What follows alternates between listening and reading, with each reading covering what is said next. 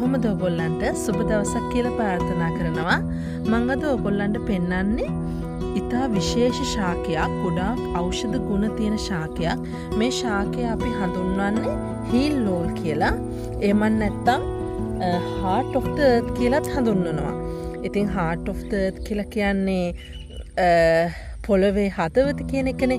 heel lol කියන්නේ හැමදේම සුව කරනවා කියලා.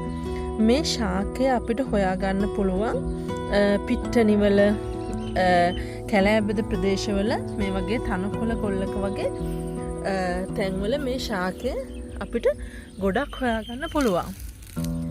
එතකොට මේ ශාකයේ තියෙන වටිනාකම් ගැන කතා කළොත් ඉතා විශාල වටිනාකම් ප්‍රමාණයක් මේ ඔහේ කැලේට හැදෙන ශාකය තුල තියෙනවා.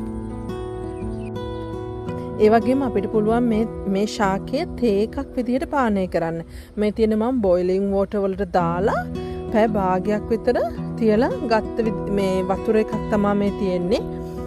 ඒ වගේම මේක අපිට පුළුවන් වේලලා තේ එකක් විදිහට පානය කරන්නත් පුළුවන්. මේ තියෙන මම මේ විදිහට වේලෙන්න දාලා තියෙනවා. එතකොට මේක ගොඩක් වෙලා තද අවුවේ වේලන්න හොඳ නෑ.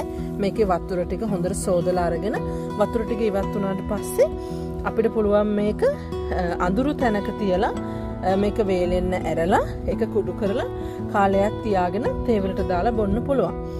ඉතින් ඒ වගේම අමුයෙන් මේක කන්නත් පුළුවන් සලාඩ් වලට දාලා.